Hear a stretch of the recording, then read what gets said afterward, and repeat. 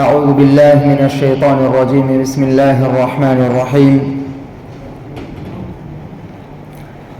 قالوا يا ذا القرنين إن يأجوج ومأجوج مفسدون في الأرض فهل نجعل لك خرجا على أن تجعل بيننا وبينهم سدا. وقال الله تبارك وتعالى حتى إذا فتحت يأجوج ومأجوج وهم من كل حدب ينسلون. صدق الله العظيم. حضرت ذوالقرنین کے تینوں سفر کی مختصر سی روداد گزشتہ کل ہم نے سنی. تیسرا سفر شمال کے علاقوں میں مفسرین کے بقول انہوں نے فرمایا جہاں دو پہاڑوں کے درمیان دو پہاڑوں کے قریب ایک قوم آباد تھی جنہوں نے ذوالقرنین سے یاجوج ماجوج کے فتنہ و فساد اور ظلم و ستم کی فریاد کی اور درخواست کی کہ ان دو پہاڑوں کے درمیان کوئی دیوار کھڑی کر دو تاکہ یاجوج ماجوج ان دو پہاڑوں کے درمیانی راستوں سے آ کر ہم پر حملہ نہ کیا کرے. چنانچہ ذوالقرنین نے ان کی درخواست کو قبول کرتے ہوئے ایک دیوار قائم کر دی جس کے بارے میں یہ تفصیلات لکھی ہیں کہ جو 50 میل لمبی تھی تقریباً 75 کلومیٹر 29 فٹ جس کی اونچائی تھی اور 10 فٹ جس کی چوڑائی تھی. لوہے سے دیوار کو بنایا گیا گویا کہ لوہے کی دیوار تھی اور پگھلا ہوا تانبا یا ایک قول یہ بھی ہے کہ پگھلا ہوا لوہا ہی اس کے بیچ میں ڈالا گیا. غرض کے ایک مضبوط دیوار قائم کر دی گئی. یہ دیوار کہاں ہے اس سلسلے میں قرآن و حدیث میں یاجوج ماجوج کس مقام پر ہے کون لوگ ہیں اس سلسلے میں قرآن و حدیث میں کوئی زیادہ وضاحت اور صراحت نہیں ملتی. جو کچھ ہے وہ زیادہ تر دار و مدار تاریخی روایات پر ہے. ان علاقوں میں شمال کے مشرقی شمال کے علاقوں میں بہت سی جگہ اس طرح کی بڑی بڑی دیواریں ملتی ہیں جس کو سد سکندری یا سد ذوالقرنین کہتے ہیں. اس میں مختلف اقوال ہے. بعض لوگ کسی کو کہتے ہیں بعض لوگ کسی کو کہتے ہیں. بعضوں نے جو چین کی دیوار ہے اس کو بھی کہا کہ ممکن ہے وہ سد سکندری ہو مگر اس کے بارے میں تردید فرمائی ہے علماء نے کہ ایک تو یہ ہے کہ یہ جو ذوالقرنین نے دیوار بنائی تھی وہ دو پہاڑوں کے درمیان ہے. ایک پہاڑ سے شروع ہو کر دوسرے پہاڑ ہی پر ختم ہوتی ہے اور لوہے کی دیوار تھی جبکہ چین کی دیوار میں یہ بات نہیں پائی جاتی. زیادہ جو قرین قیاس بات لکھی ہے کہ زیادہ صحیح یہ بات سمجھ میں آتی ہے یا صحیح کے قریب یہ بات سمجھ میں آتی ہے. قفقاز ایک علاقہ ہے اس میں قفقاز میں ایک داغستان نام کا علاقہ ہے وہاں دربند اور داریال یہ دو پہاڑوں کے غالباً نام ہے. لکھا ہے کہ ان دونوں کے درمیان میں جو دیوار ہے اس دیوار کے بارے میں زیادہ صحیح بات یہ لگتی ہے اور صحیح کے قریب بات یہ لگتی ہے کہ وہ دیوار وہی ہو جس کو ذوالقرنین نے بنوایا تھا. یہ وہ باتیں ہیں علماء مفسرین نے پھر آخر میں یہ بھی لکھا ہے کہ جن پر ہمارے ایمان اور عقیدے کا دار و مدار نہیں ہے. یعنی ایسا نہیں ہے کہ یہ باتیں جاننا ہمارے لیے ضروری ہو اس کے بغیر ہمارا ایمان ادھورا ہو عقیدہ کمزور ہو. ایسی باتیں نہیں ہیں. اس بنا پر زیادہ اس بحث میں پڑھنے کی کوئی زیادہ ضرورت بھی نہیں ہے. یاجوج ماجوج کے بارے میں بھی یہی بات ہے. ان کے بارے میں تو عوام میں بھی ایسی عجیب و غریب باتیں مشہور ہیں. علماء نے اس کو کچھ لکھا بھی ہے اور پھر اس کی تردید فرمائی ہے غلط اس کو کہا ہے. جو باتیں مشہور ہے اور جو ان کے بارے میں غلط باتیں لوگوں میں پھیلی ہوئی ہے ان میں سے کچھ باتیں اس طرح کی ہے کہ وہ ایک ایسی قوم ایک تو یہ ہے کہ وہ ایک الگ قسم کی کوئی قوم ہے. انسانوں سے ہٹ کر کوئی الگ قسم کی مخلوق ہوگی وہ یا اگر انسان ہو تو یہ ہے کہ بہت چھوٹے قد کے ہیں. بعض یاجوج ماجوج کی قسمیں وہ ہیں جو بالکل ایک دو بالش کے برابر ہے. بعض وہ ہیں جو کھجور کی طرح اور تاڑ کے درختوں کی طرح لمبے ترنگ ہیں. ایک بات یہ بھی مشہور ہے کہ ان کے کان بڑے بڑے ہیں. اتنے بڑے بڑے کان ہیں کہ ایک کان کو بچھا کر اس پر سو جاتے ہیں اور دوسرا کان اوڑھ لیتے ہیں. یہ بھی مشہور ہے. یہ بھی مشہور ہے کہ وہ آدم علیہ السلام کی اولاد میں سے تو ہیں، مگر ان کا حضرت حوا سے نسب نہیں ہے۔ اس کے بارے میں بھی عجیب و غریب بات لکھی ہے، حضرت آدم علیہ السلام کے صرف نطفے سے پیدا ہوئے ہیں، ورنہ حضرت حوا کے پیٹ سے پیدا نہیں ہوئے۔ اس طرح کی بہت ساری باتیں، اور بھی کچھ باتیں عوام میں یاجوج ماجوج کے بارے میں بڑی مشہور ہو۔ علماء مفسرین اور علماء محققین اس کے بارے میں یہ لکھتے ہیں کہ یہ ساری باتیں بالکل بے اصل ہے، من گھڑت ہے، صحیح احادیث میں اور صحیح روایات میں اور صحیح سند سے اور معتبر ذریعوں سے اس کا کوئی ثبوت نہیں ملتا۔ جو صحیح بات ان کے بارے میں مختصر طور سے ہم سمجھ سکتے ہیں وہ یہ ہے کہ یہ بھی انسانی آبادی، انسانوں ہی کی طرح ایک قوم ہے۔ جس طرح ہم انسان ہیں اور جس طرح ہم انسانی مخلوق ہے، بالکل اسی طرح یاجوج ماجوج بھی انسانوں ہی میں سے ہیں، کوئی الگ مخلوق نہیں ہے۔ پہلی بات تو یہ، اور دوسری بات یہ کہ جیسے انسانوں میں الگ الگ قبیلے ہوتے ہیں، الگ الگ برادریاں ہوتی ہیں، وہ بھی ایک قبیلہ ایک برادری ہے۔ البتہ یہ ہے کہ بہت زیادہ ظالم، وحشی اور خونخوار قسم کی وہ قوم ہے، بس باقی ہے وہ بھی انسانوں ہی میں سے، اور ہے وہ بھی انسانوں ہی کی آبادی اور انسانی مخلوق ہی میں سے ہے۔ وہ کون ہے اس کے بارے میں علماء محققین کا قول یہ ہے کہ حضرت نوح علیہ السلام کی 3 اولاد تھی، ویسے زیادہ 4 اولادیں تھی، اس میں سے کنعان نام کا جو لڑکا تھا وہ تو کافروں کے ساتھ جب طوفان آیا تو غرق ہو گیا۔ حضرت نوح علیہ السلام نے اس کو بھی کہا تھا کہ کشتی میں سوار ہو جا، مگر وہ سوار نہیں ہوا، کافروں کے ساتھ فکان من المغرقین، غرق کر دیا گیا۔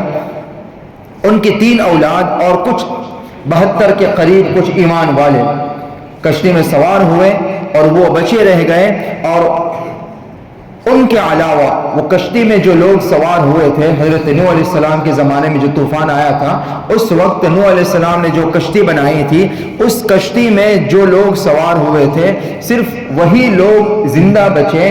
اس کے علاوہ روئے زمین پر، ایک قول تو یہی ہے کہ روئے زمین پر پوری دنیا میں اس وقت کی جو آبادی تھی، جو انسان آباد موجود تھے، وہ سب کے سب ہلاک کر دیے گئے اور پھر کشتی میں جو سوار تھے وہ بھی پھر آہستہ آہستہ اپنی طبعی موت مر گئے، انتقال کر گئے، ان کی بھی آگے نسل نہیں چلی۔ حضرت نوح علیہ السلام کے 3 لڑکے جو اس کشتی میں سوار تھے، حام، سام اور یافث، یہ 3 اولاد باقی بچی، اور انہی سے پھر آگے نسل چلی، اور حضرت نوح علیہ السلام کے بعد جو دنیا آباد ہوئی وہ سب کے سب انہی 3 بچوں کی اولادیں تھیں۔ گویا کہ ہمارا جو نسب نامہ، اسی لیے حضرت نوح علیہ السلام کو آدم ثانی کہا جاتا ہے، دوسرے آدم۔ تو ہم سب کا جو بھی نسب نامہ چلے، اور علماء مفسرین، علماء محدثین نے یہ بھی لکھا ہے کہ حام کی اولاد کن علاقوں میں آباد ہے، سام کی اولاد کن علاقوں میں آباد ہے، اور یافث کی اولاد کہاں ہے۔ تو ہمارا جو سلسلہ اور نسب نامہ چلے گا اوپر جا کر ان 3 میں سے ایک سے جڑے گا، اور پھر ان کے واسطے سے حضرت نوح علیہ السلام تک پہنچے گا، اور پھر وہاں سے آگے آدم علیہ السلام تک پہنچے گا۔ تو اس طوفان کے بعد میں روئے زمین پر جو بھی آبادی بچی وہ بس انہی 3 بچوں حضرت نوح کے لڑکوں کی اولادیں تھیں۔ تو یاجوج ماجوج کے بارے میں یہ لکھا ہے کہ یہ حضرت نوح علیہ السلام کے بیٹے یافث تھے، یافث بن نوح ان کی اولاد میں سے ہے، یہ بھی ان کی اولاد میں سے ہے، اور وہ بھی ہماری طرح انسانوں ہی میں سے ہے۔ اور دوسری بات ان کے بارے میں یہ بھی لکھی ہے کہ یہ ہے تو ہماری ہی طرح عام انسان، مگر بہت زیادہ جنگلی قسم کے، وحشی قسم کے، لوٹ مار، ظلم و فساد کرنے والے۔ ان میں سے کچھ قبائل، کچھ لوگ، 2 قبیلے یاجوج اور ماجوج، اور ایسا ان کے بارے میں لکھا ہے کہ عام انسانی آبادی کے مقابلے میں ان قوموں کی آبادی کئی گنا زیادہ ہے، گویا 1 اور 10 کا دونوں کے درمیان میں فاصلہ ہے۔ اور توضیحات جو مشکات کی شرح ہے اس کے حوالے سے ایک بڑی عجیب بات یہ لکھی ہے کہ پوری دنیا 500 سال کی مسافت پر پھیلی ہوئی ہے، اس میں سے 300 سال کی مسافت میں دریا ہے، پانی ہے، اور 100 صرف 10 سال کی مسافت پر ہماری انسانوں کی آبادی ہے، باقی 190 سال کی مسافت پر یاجوج ماجوج آباد ہے۔ یعنی اگر حساب دیکھا جائے تو 1 اور 20 کا ایوریج شاید نکلے گا، یا 2 یا 20 کا، 2% ہماری اور 20% ان کی آبادی. مطلب یہ کہ بڑی کثیر تعداد میں، جس کو قرآن نے کہا جب قیامت سے پہلے پہلے یہ نکلیں گے، حتی اذا فتحت یأجوج ومأجوج وهم من کل حدب ینسلون. اور یہاں بھی فَإِذَا جَاءَ وَعْدُ رَبِّي جَعَلَهُ دَكَّا. اور پھر آگے کی آیتوں میں کہ جب وہ نکلیں گے، وہ دیوار ٹوٹے گی جب اللہ کا حکم آئے گا، اور جب وہ وہاں سے باہر نکلیں گے اور پوری زمین پر پھیل جائیں گے تو ایسے بھاگیں گے اور ایسا ان کا ہجوم نکلے گا، سب ایک دوسرے سے ٹکرا رہے ہوں گے، لڑک رہے ہوں گے، اور کثیر تعداد میں، بے شمار تعداد میں وہ زمین پر پھیل جائیں گے. ان کے بارے میں ایک بات تو یہ صحیح معتبر ملتی ہے کہ بڑی زیادہ تعداد ان کی ہوگی. اور مفتی تقی عثمانی صاحب دامت برکاتہم نے غالباً اور مفسرین نے بھی یہ باتیں لکھی ہیں کہ ہے چونکہ انسانوں ہی کی طرح، ہماری ہی طرح آبادی ہے وہ، کچھ ان کے لوگ جو شاید اس سے پہلے ہی ان قوموں میں سے نکل کر دوسرے علاقوں میں پہنچ گئے اور وہاں جا کر ان علاقوں میں بس گئے اور مہذب آبادی میں مہذب لوگوں کے ساتھ مل کر رہ کر وہ بھی مہذب بن گئے. تو وہی لوگ یہاں آنے کے بعد میں بالکل اچھی طرح با اخلاق اور مہذب قسم کے انسانوں میں اور قوموں میں وہ شامل ہو گئے. تاتاریوں کے بارے، ترکوں کے بارے میں، تاتاریوں کے بارے میں، منگولوں کے بارے میں، اور چین اور روس وغیرہ کے جو لوگ ہیں آبادی، ان کے بارے میں لکھا ہے کہ انہی کی نسل میں سے ہیں. تو ان کے جو لوگ باہر کی آبادی میں آ کر مہذب علاقوں میں اور مہذب لوگوں میں رہ کر انہی کے ساتھ گل مل گئے، وہ بھی ان کی طرح ہو گئے. اور جو لوگ اس دیوار کے پیچھے ہی رہ گئے اور نہیں نکلے، وہیں پر جو قید کر دیے گئے، وہ بالکل غیر مہذب اور بالکل وحشی کی طرح جنگلی اور لوٹ مار کرنے والے باقی رہے. تو انہی کے بارے میں اس شمال کی قوم نے سکندر ذوالقرنین سے یہ کہا تھا کہ یہ چونکہ ہم پر لوٹ مار کرتے رہتے ہیں، ظلم و ستم اور فساد مچاتے ہیں، لہٰذا ان کو ہمارے اور ان کے درمیان میں کوئی آڑ قائم کر دی جائے. چنانچہ ذوالقرنین نے دیوار بنا دی. اب وہ دیوار کے پیچھے قید کر دیے گئے، وہاں بالکل گویا کہ بند ہو گئے، وہاں سے اب نہیں نکل سکتے. قیامت سے پہلے پہلے یہ لوگ نکلیں گے. اس بارے میں بھی بہت ساری روایات ہیں جن کے بارے میں علماء کا خیال یہ ہے کہ اکثر روایات اس میں سے معتبر نہیں ہے. جو صحیح روایات میں جو باتیں ان کے بارے میں ملتی ہیں وہ یہ ہے کہ ایک تو قیامت سے پہلے کی جو نشانیاں ہیں، قیامت کا صحیح علم یاد رکھو اللہ کے سوا کسی کو نہیں. بعض لوگ یہ بھی کہتے ہیں کہ 2 دن کی اللہ کے نبی نے پہلے 1 دن کی یا 1.5 دن کی مدت مانگی، پھر 2 دن کی مدت مانگی، اور وہ 1 دن 1000 سال کے برابر، پھر 1.5 دن کی مدت دی گئی تو وہ 1500 سال کے برابر. مطلب یہ ہے کہ اللہ کے نبی کے بعد 1500 سال تک دنیا قائم. یہ ساری باتیں، بہت ساری اس طرح کی باتیں ہیں جو صرف باتیں ہیں جس کا حقیقت سے کوئی تعلق نہیں.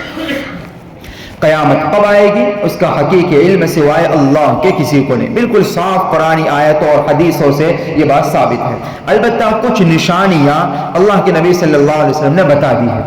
یہ بھی ایک بڑا دلچسپ مضمون ہے قیامت کی نشانیاں. علماء نے اس کو 3 خانوں میں تقسیم کیا ہے. ایک علامات بعیدہ جو پہلے کی علامتیں ہیں، ان میں سے کچھ تو ایسی ہیں جو ہو چکی، جیسا کہ اللہ کے نبی صلی اللہ علیہ وسلم کا دنیا میں تشریف لانا، یہ خود قیامت کی علامت ہے.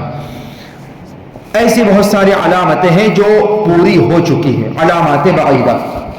دوسری علامت علامات متوسطہ، درمیانی علامتیں، جیسا کہ نافرمانیوں کا عام ہو جانا، شراب کا عام ہو جانا، زنا کا عام ہو جانا، اور اولاد کے بارے میں یہ کہ دوستوں کو قریب کریں گے، والد کو دور کریں گے، اور سہیلیوں سے دوستی زیادہ ہوگی اور ماں کو دھتکاریں گے، وغیرہ وغیرہ. یہ درمیانی درجے کی علامتیں. اور ایک ہے علامات قریبہ، اس میں 10 علامتیں علماء نے بیان فرمائی کہ یہ 10 قریب قریب کی علامتیں ہیں. یہ 10 علامتیں جب ظاہر ہو جائے گی اس کے بعد میں قیامت قائم ہو جائے گی. ان میں سب سے پہلا تو حضرت مہدی کا ظہور.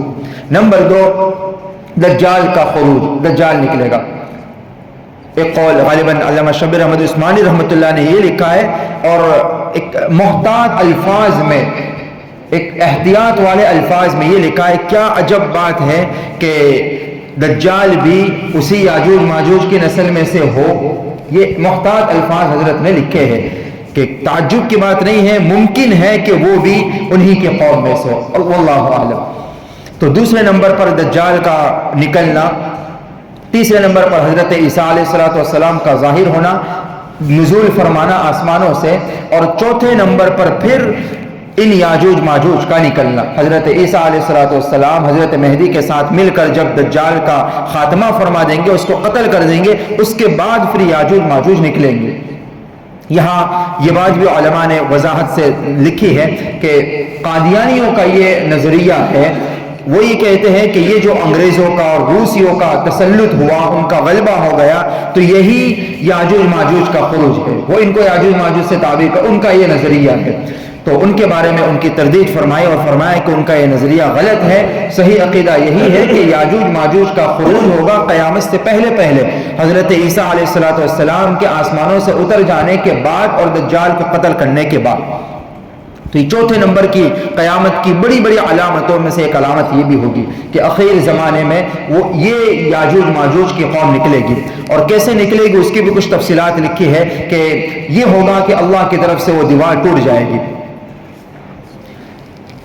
ذوالقرنین نے جو فرمایا تھا ھذا رحمت من ربی فاذا جاء وعد ربی جعلہ دکا، کہ ہم نے بنا تو دی یہ دیوار، مگر جب اللہ کا حکم آئے گا فاذا جاء وعد ربی، تو کل ہم نے سنا ایک قول تو یہ ہے کہ قیامت آئے گی، اور ایک قول یہ ہے کہ جب اللہ نے یاجوج ماجوج کے نکلنے کا جو وقت مقرر کیا ہے اس وقت فَإِذَا جَاءَ وَعْدُ رَبِّي جَعَلَهُ دَكَّا، اس مضبوط لوہے کی دیوار کو اللہ ریزہ ریزہ کر دیں گے، بالکل توڑ پھوڑ کر ختم کر دیں گے۔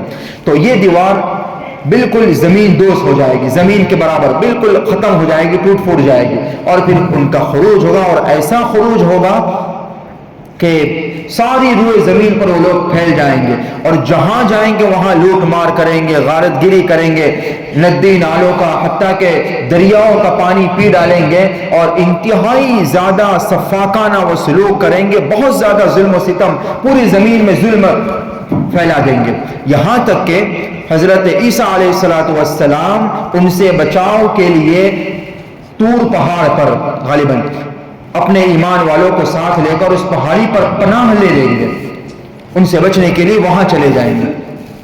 اور ان کے بارے میں یہ بھی احادیث میں بات ملتی ہے کہ یہ اتنا زیادہ ظلم و ستم کریں گے گویا کہ پوری روئے زمین سے انسانی آبادی کا صفایا کر دیں گے، ظلم و ستم پھیلا دیں گے، اور اس کے بعد پھر یہ سوچیں گے کہ ہم نے زمین میں سب کو ختم کر دیا، نعوذ باللہ نعوذ باللہ، یہ کہیں گے کہ چلو لاؤ آسمان والوں کو بھی ختم کر دیں، چنانچہ وہ تیر نکالیں گے اور تیروں کو آسمان کی طرف پھینکیں گے۔ اللہ استدراج کے طور پر ان کے ساتھ یہ معاملہ کریں گے کہ تیروں کو لال کلر کا کر کے واپس بھیجیں گے۔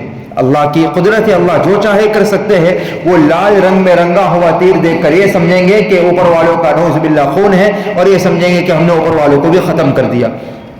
مگر پھر اس کے بعد حضرت عیسیٰ علیہ السلام اور مخلص ایمان والے ان کے حق میں بددعا کریں گے، اور ان کی بددعا کا پھر اثر یہ ہوگا کہ ان کی گردن میں ایک قسم کا کیڑا پیدا ہو جائے گا، کوئی عجیب قسم کی بیماری پیدا ہوگی، اور راتوں رات وہ سارے کے سارے ختم ہو جائیں گے، اور پھر پورے روئے زمین پر ان کے لاشیں پڑے ہوئے ہوں گے۔ پھر اللہ تبارک و تعالیٰ سے یہ ایک اور مصیبت ہوگی، عیسیٰ علیہ السلام دعا کریں گے، اللہ تعالیٰ ایک عجیب و غریب قسم کے پرندوں کو بھیجیں گے، وہ ان کو اٹھا اٹھا کر سمندر میں ڈال دیں گے، پھر اللہ بارش برسائیں گے، اور پھر پورے روئے زمین کو پاک اور صاف کر دیں گے، اور پھر اس کے بعد کا زمانہ نہایت شاندار قسم کا زمانہ، امن و امان کا زمانہ ہوگا۔